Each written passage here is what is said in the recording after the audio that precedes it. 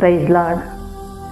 ఈ రోజుల్లో శ్రమల మీద శ్రమలు, కష్టం మీద కష్టము, పోరాటాల మీద పోరాటాలు వస్తున్నాయా? అయితే దేవుని యొక్క వాక్యం ఏం చెప్తుంది చూద్దాం. యోబు గ్రంథము 5వ అధ్యాయము 19వ వాక్యము.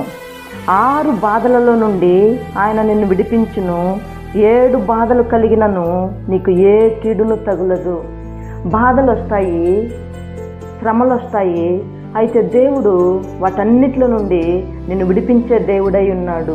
ఏ కీడును తగులకుండా నిన్ను కాపాడేటటువంటి దేవుడై ఉన్నాడు.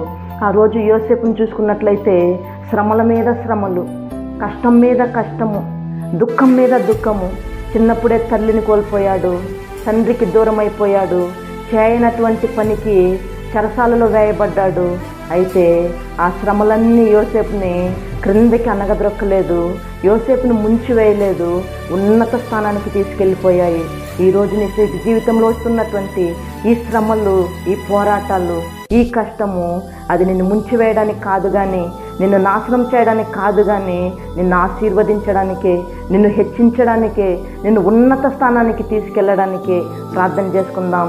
మంచి తండ్రి యేసయ్య, ఇంతవరకు నీ వాక్యం ద్వారా నీ బిడ్డలను ఆదరించి అయా బలపరిచి ధైర్యపరిచినందుల కొరకై వందనాలు తండ్రి. అయా బిడ్డల జీవితాలలో త్వరలో నా ప్రభువా అద్భుతాలు, ఆశ్చర్యకార్యాలు జరిగించి నీ నామానికి మహిమ తెచ్చుకొని బిడ్డలను సాక్షులుగా నిలబెట్టమని యేసయ్య నామములో అడుగుతున్నాము తండ్రి. ఆమేన్.